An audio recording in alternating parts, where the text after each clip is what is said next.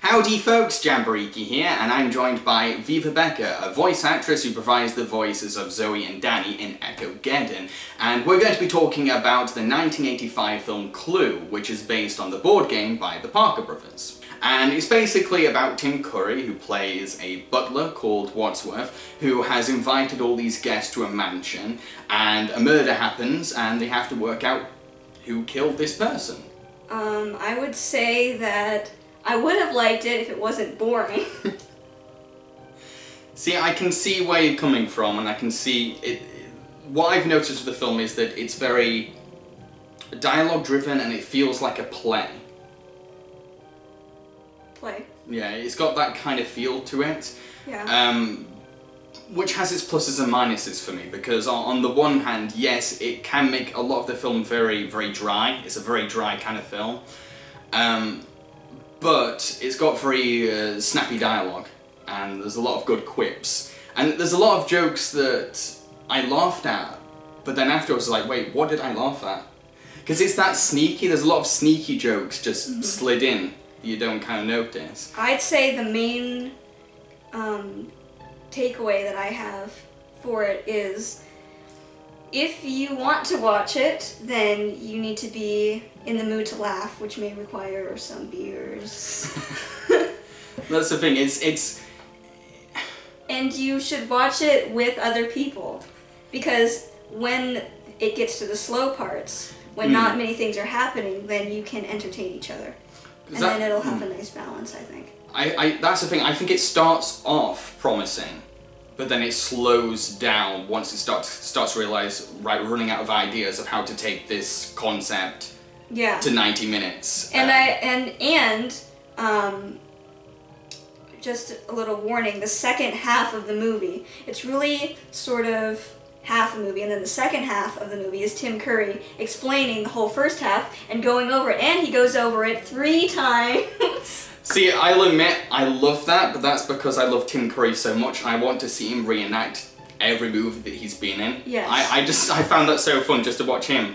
He literally does, like, every single moment that you've just seen. Yes, every moment, and they go to the same places, and it's pretty much a beat-by-beat summary. If you want to watch the movie and you don't have the time to watch the whole movie, I would recommend just skipping to the first time, and Tim Curry will tell you exactly what happens in the entire movie. Yes, absolutely. And I think it's... But that's probably because I love Tim Curry so much. That's the most fun part for me. Just watching Tim Curry talk about the movie. And the doorbell rang, and it was Mrs. White, looking pale and tragic, and I took her coat and hung it up. And I introduced Mrs. White to Colonel Mustard. Hello, hello. And I noticed that Mrs. White and Yvette flinched. Then there was a rumble of thunder and a crash of lightning. But like I said, I still feel as if it's promising at the start. I feel as if a lot of the dialogue feels quite natural, and the way that the guests are getting to know each other is kind of very organic, and you can kind of see some chemistry going off. And you do feel a bit intrigued, like, why are these guests here? And it does build it up throughout the film. And that does lead me to one of my favourite things about it. I like how it does escalate certain things. Like, certain things get a bit sillier as it goes along. And it kind of... Because at the start it's a bit dry, but then towards the end it's kind of like, what are you doing? And we probably should mention that, yes, there are other people besides Tim Curry in the movie. It has a pretty big main cast, I'd say. Oh yeah, like big stars. Because it is based on Clue. The story is pretty much what happens in a game of Clue. And so they have all of the different cards that you can play. So there's Mrs. White and Mrs. Scarlet and stuff. Yeah. That is something that I will appreciate about the film. It's very faithful to the board game. It is very faithful to the board game. Out of most films I've seen based on, say, games or any kind of source material, that's probably the most faithful I've seen. Because it does feel like you're watching someone play Clue. Which is a hit and miss kind of concept. Well, going back to what I said, just like Clue, you need other people there to entertain you while you are experiencing the movie and the game. So Yeah. You could play Clue by yourself, but that would be kind of sad. It does, yeah. I feel like that is one of the downsides of that idea, is that it does feel like you're out of the game and you're watching other people having fun, and sometimes you're not part of that fun. But it's Tim Curry having fun. Yes, I think that's the best thing about the film is Tim Curry. I think they did consider John Cleese and Rowan Atkinson for the part, and as much as I love those people, I don't think they could have been as great as Tim Curry.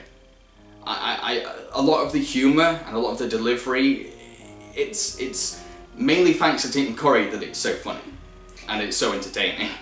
I think that, though, personally, I think Tim Curry could have done better in the film. Really? He seemed a little bit toned down, especially compared to something like Rocky Horror Picture Show or even his later work. He seemed a little bit toned down. I think the only scene where he starts to kind of get a bit more energetic is where he's explaining what's happened. But for most of the film, he is very restrained. Yeah. But I can see where you're coming from, but at the same time, it's interesting to see his range, to see that he can be a bit subtle. I don't want subtle Tim Curry. I want crazy Tim Curry and all his glory. I would say the only real Tim Curry, extreme, pure Tim Curry moment is the part where he gets hit on the head with the freaking candlestick. Yes. We're trying to find out who killed him, and where, and with what. There's no need to shout. I'm not shouting! All right, I am. I'm shouting, I'm shouting, I'm shouting! So besides Tim Curry, who would you say is the... Because I suppose they're all kind of main characters, right? They are, yeah. It's hard to say because the problem is they don't color code all the characters like doing the board game, so yeah. I found it hard to kind of like... I found it hard to remember who was who. Yeah. Just because they have... How many main characters? Like 6, 7... They're all main characters, and there are a ton of them. Yeah. But I really liked the one that was always drinking and like shouting and rambling. I forgot. I think it was Mrs. Peacock. Sorry if it's not, but she was really. I thought she was like the second most fun, because she just seemed like she was like hammered half the film. She seemed really fun, and there was just like stuff that she came out with, and the way that she over-dramatically responds to a lot of things is kind of fun. Yeah. Maybe he was poisoned! Mrs. Peacock, please. Mrs. Peacock, it's all right. It's all right. You don't know anything.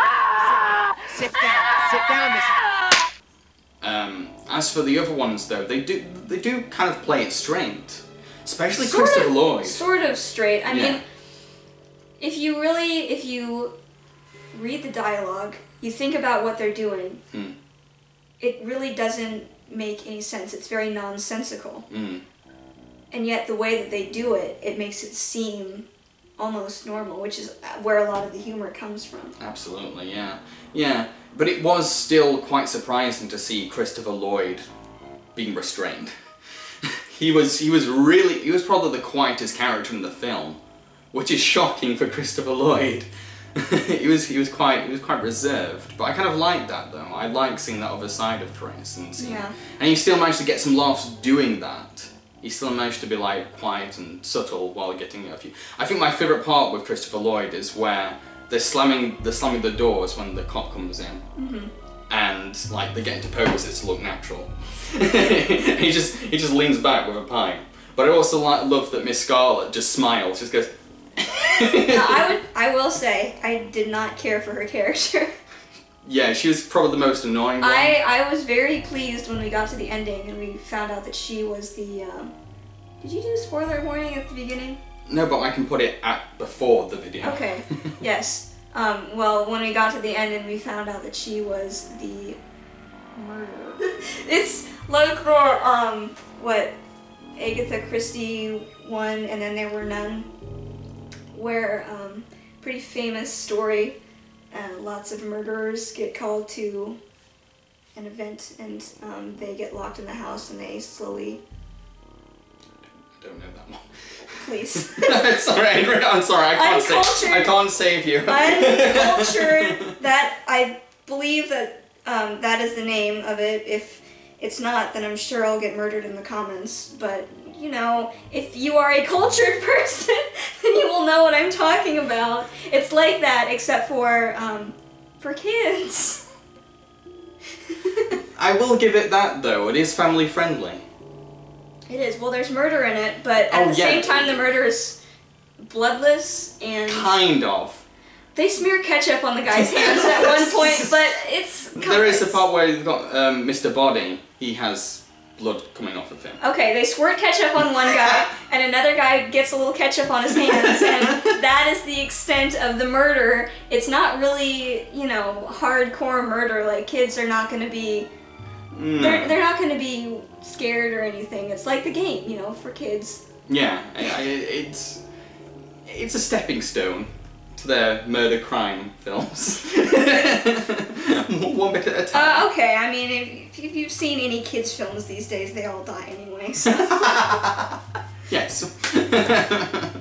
Just this time we've got ketchup on it. Yeah, murder with ketchup. They should have called it that. Well, yes. They wouldn't have sold as many toys if they didn't. No. They give a lot of information.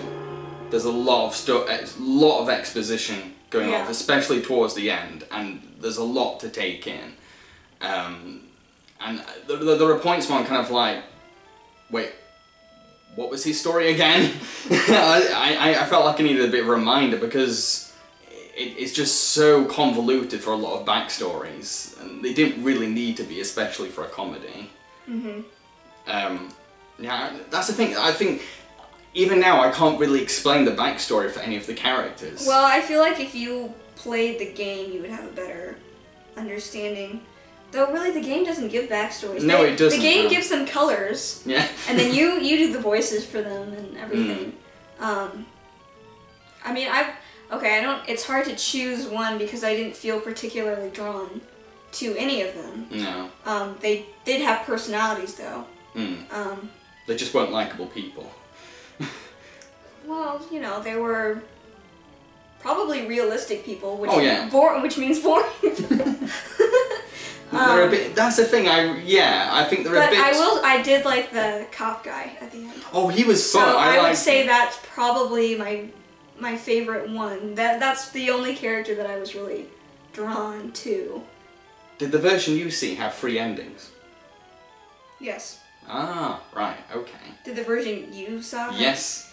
I think all of the home releases had the 3 endings. I think they only had the 1 ending for theatrical releases. Here's the interesting thing. They had a different ending for different cities. Yes.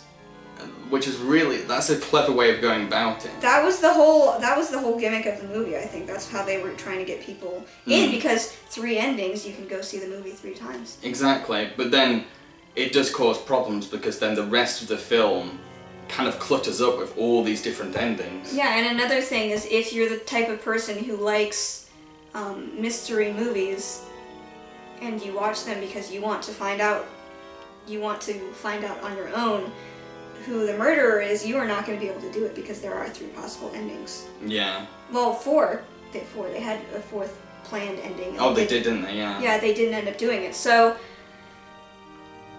you're not going to be satisfied if you watch it like that. I feel as if the comedy really works, but the mystery is kind of lacking. There are, like I said, there's a lot of good one-liners. Yes. In the film. If you like watching people do quips, it's very much banter. Yeah. It's a very quotable film. I think my favourite line is where Christopher Lloyd is driving up to the mansion with one of the other guests, and she says, "Why is the car stopped? It's scared." That was my favorite. I'm surprised that you didn't like any of the Tim Curry quotes. You had a few good ones in there. Oh yeah. A lot. Like of the part where he says the thing about how he's a butler, so he buttles. Yes. I just love the straightness of that delivery. I'm a butler, sir. I buttle. That's one of the things I like about Tim Curry's performance is that he's very smooth, and he kind of glides through each kind of quip. It's like it's very snappy kind of thing that he's going for. Everybody does that. But the only part where it feels like they're reaching for the quips, they don't have them smoothly to deliver, is in the ending where White is the murderer, and she sort of feels around for a quip that she's trying to make about how much she hates the maid. You mean the fire up the flames on the face? And that was improvised, yeah. It seems improvised. It is improvised. It's very awkward. Well known from what I've seen. People mention it a lot when they review it. They talk about the movie, and yet I don't know why. I feel like it really hurts the flow of the movie. The pacing does get a bit killed at that point. And it takes you out of it, because I saw somebody who was trying to improvise a quip, and they weren't very confident. They weren't doing it. No. I hated her so much. Flames on the side of my face, heaving breaths. They're just kind of like, is that kind of a person, like, yeah, kind of thing. That should have, in my opinion, ended up on the cutting room floor. I want to tell you about some of the things that I think were left unexplained, and I want to see if you...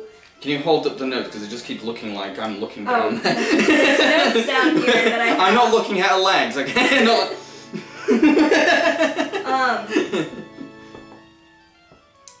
You just messed me up when I was talking about. Sorry, you've got notes. Yes, I have notes. We haven't talked about this yet, because apparently your opinions on the movie were a secret until we started filming. So, first of all, why is the maid that they have, does she not magically go into an American accent right before she dies? Yes, I noticed that. Yeah. Why? That isn't explained, no. I mean, throughout the movie, the actress is doing this pretty fake-sounding French accent. It's an awful accent. And then right before she dies, she goes into an American accent, and I was like, is she a secret spy or something? It opened up things that I was kind of like, ooh, what's that? And, yeah. Shut the door. Did anyone recognize you? They must have, and not just my face. They know every inch of my body. And they're not the only ones. It's you!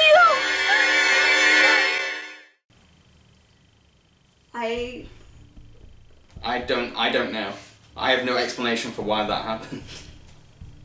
And then the part where the singing telegram person shows up. Why? Yeah. Why? It's sort of weird that they would have that there, and it does come back a little bit at the end. They try to explain it, and yet when they cut to it in the movie, it is so strange. It doesn't fit in, and I feel like they didn't need that in there. No, they didn't really, no. But then again, I can see what they're going for, though, which links to why they're trying to escalate things as they're going along.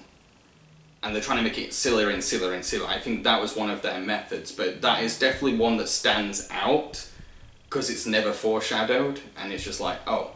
And then they give a backstory for her as well, and you're like, oh. Okay. Did we need one? Yeah, it makes a connection for the crime, but we don't even know this character. It just appears out of nowhere.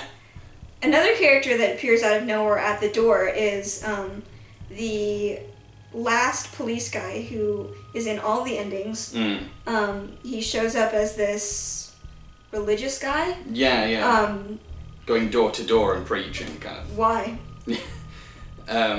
He would. It has no bearing on the ending or his character. He just shows up, and he does nothing. Was he there to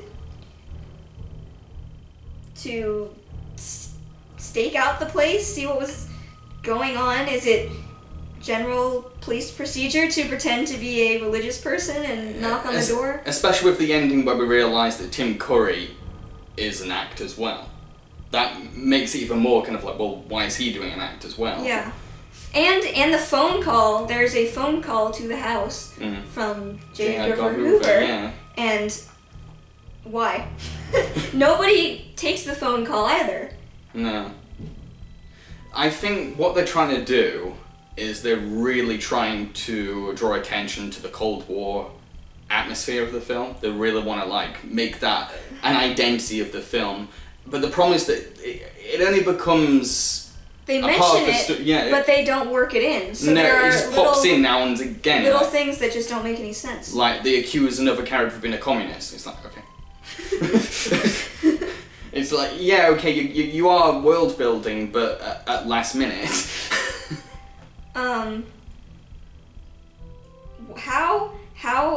Another thing was, how did the dog, because there's a bit at the beginning with some dogs, Tim Curry has to chain them up, and then as one of the characters is trying to leave the house, the dog pops up in what I assume is like the greenhouse, sort of a greenhouse. It's sort of a windowed room, and stops the guy from leaving. So I was wondering, why did they have a bit at the beginning where Tim Curry chains them up if they were not really chained?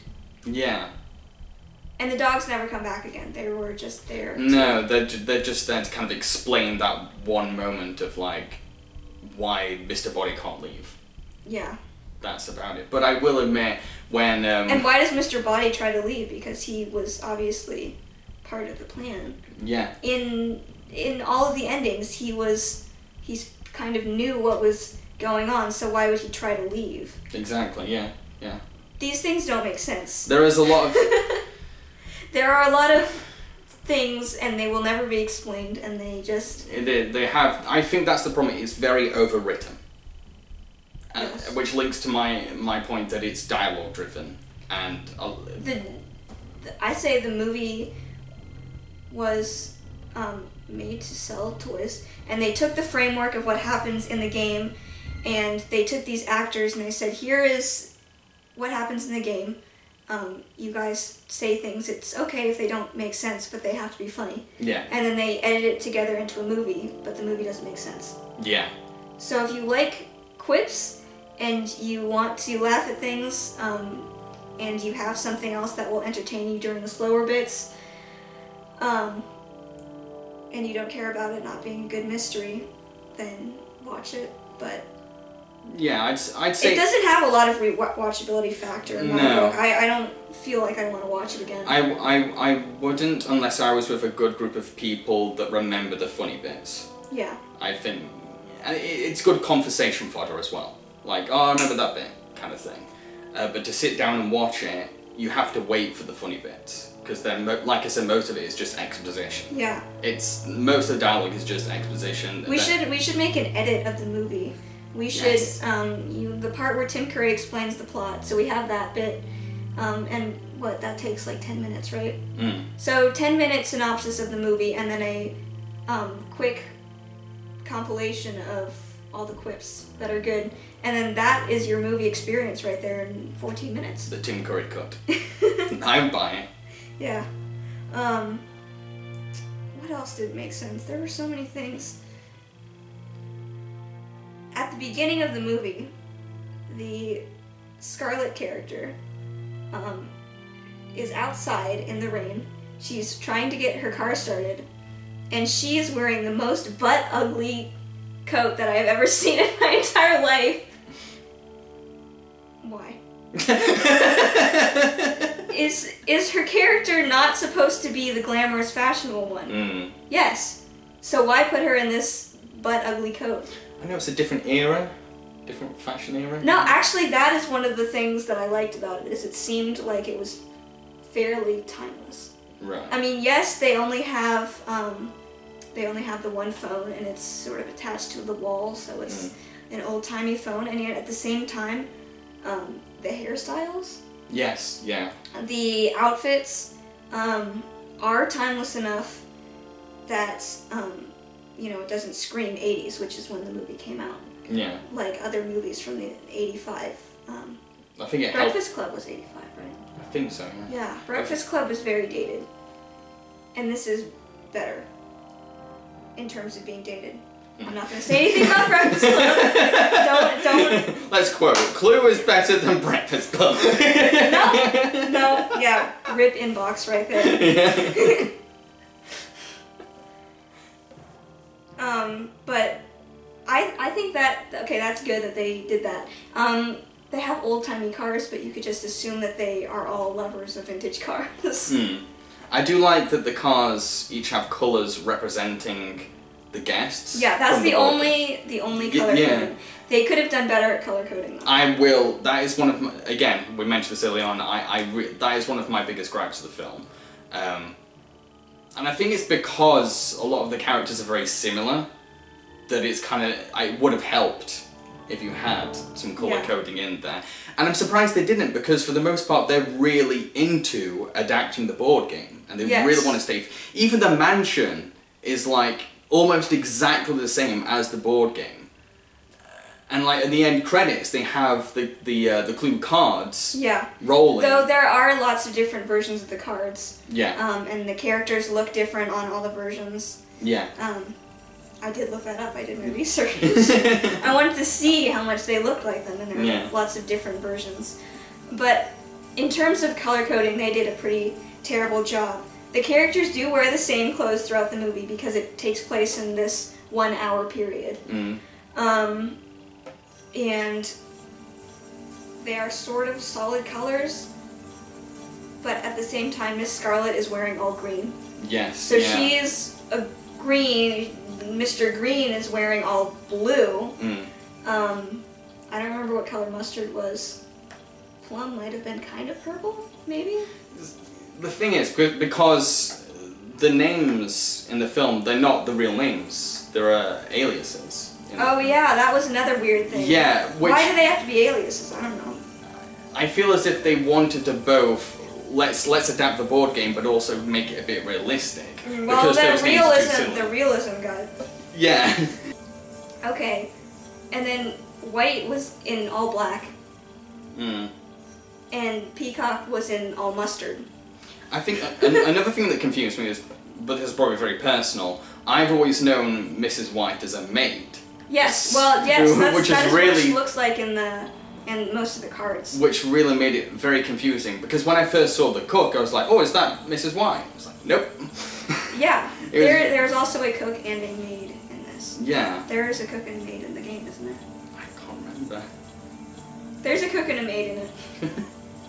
The cook, I would say, is like one of the only really minor characters. There are a few supporting ones, and then there's one minor character, and that's the cook. She doesn't stick around long, though. She dies really, really quickly.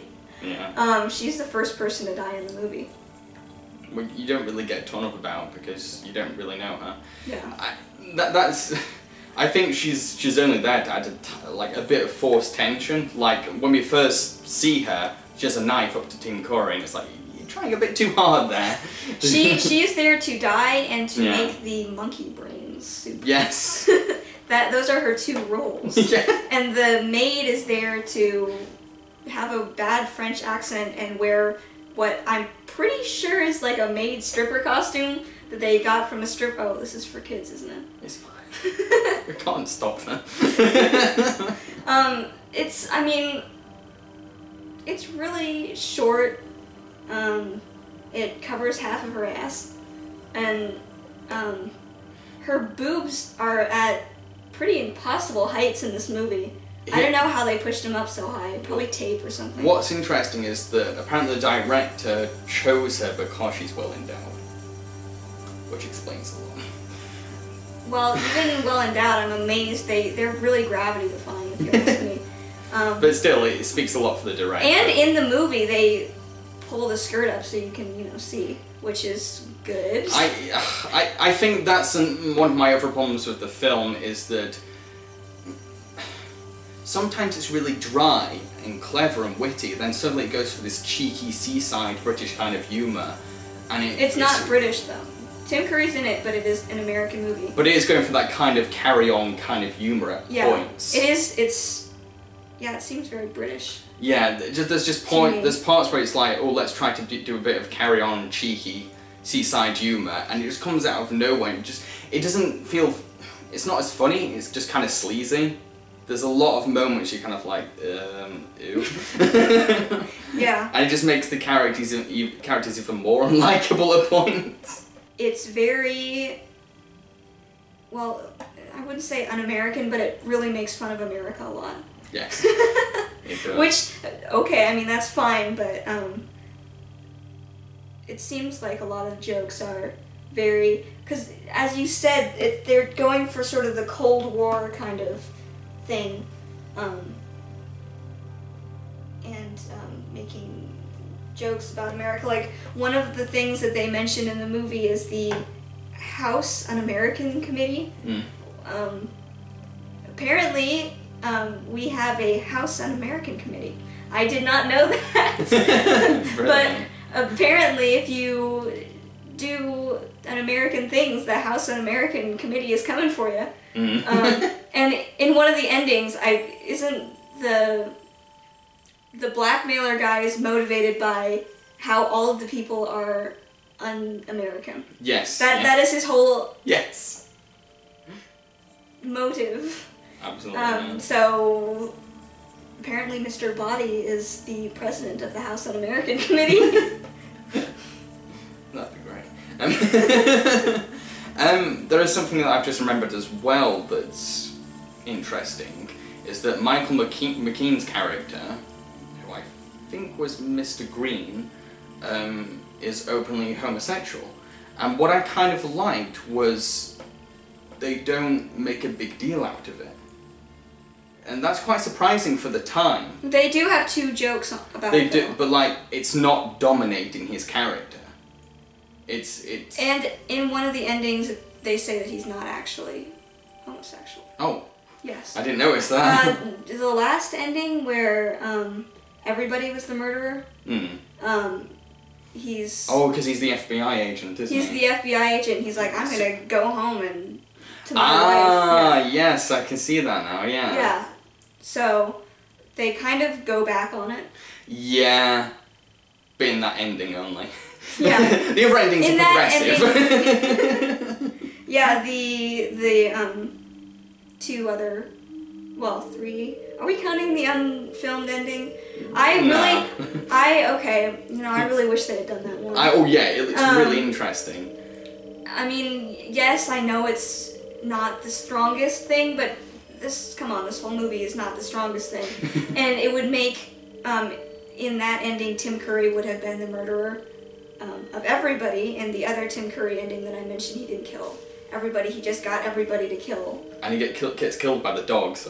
Yes. He What a way is to go. driving away, he gets away in the police car, and then right before he makes his final escape, the dogs pop out of the back seat, jump scare style, and they kill him. And I would have, I mean, it's our boy Tim Curry there, yes, so yeah. It would have been good. And he's evil in everything. He needs an ending where he's the killer, because in every movie he's the killer. And Tim Curry being killed by dogs while crashing a car screams. It's perfect. Yes. It's cinema gold. It really is. I want the screams. The movie is not very long, is it? No, which does make you think, because they have only one ending for some cuts, it's probably even shorter. Yeah, because half of the movie was pretty much over less than an hour in. Yeah. The endings make it a little bit longer, but all in all, it's a pretty short movie, and yet it feels long. It does, yeah. It feels very long, because it feels like you have to watch the movie 2 times, pretty much. And Tim Curry doesn't get killed by dogs, I think. So it's, but I definitely understand why people like it, though. Oh, yeah. At the same time, I'm not tearing into anybody who really enjoys it, and I can see why it's a cult classic. It definitely has that very different and yet not terrible vibe to it. Yeah. Sort of like other ones, like, you know, Last Unicorn, that's another one that is very different, kind of boring, and yet at the same time, it's not a bad movie. Mm. I will tear into people who think it's the greatest mystery movie of all time, though, because what mystery? That's the thing. I think the humor just saves it. Yes. If this was played seriously, then I think I would have fallen asleep. Yeah, I think a lot of people did fall asleep, as I heard it didn't do very well when it came out. Mm. But then it gained that following over time. Yeah, it's come on, it's not a mystery movie. You cannot have one of the main things that mystery movie watchers enjoy, which is watching the movie and trying to figure out for themselves who did the movie, because not only do most of the in general details not make any sense, but there are all of these possible endings that they wrote in specifically for that 3-ending gimmick, which is how the game ends too, so that's why they put it in there, which is pretty cool. That's very faithful to the game, but at the same time it ruins the mystery aspect of it. It does, yeah. That's the thing. I will admit, the kind of like putting all the endings together, it feels like it's the players trying to work it out. Mm-hmm. It's got that kind of feel. I think they kind of get, in terms of being faithful, yeah, I can see what they got away with and tried to get away with. Our conclusions. Would you like to go first? Oh, are we doing out of 10? It's up to you, because I have a 5-strawberry system. Do you want to go with my system or a generic system, or? I like out of 10 better. Go for out of 10.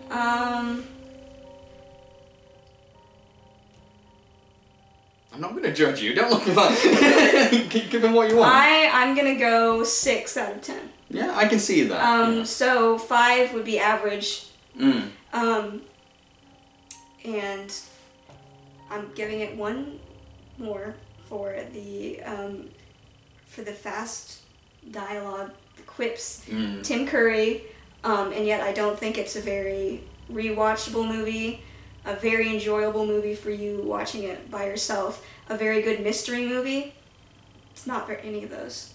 I think the film is probably gained this cult following because it's been, in the YouTube age, people have managed to put it into like clip formats, and it's more digestible as a series of quotes. And yet, for a movie that was made to sell a board game, it was better than Battleship. I was thinking that. Better than Battleship. Yes. It could have been so much worse. Yeah. It really could have been absolutely abysmal. The humour saves it. So for me personally, I liked it. I would give it probably about... You could do a different rating system for the Church of Tim Curry. Yes. Oh. Yeah, we could do it out of Tim Curry, so I would give it 6 Tim Currys out of...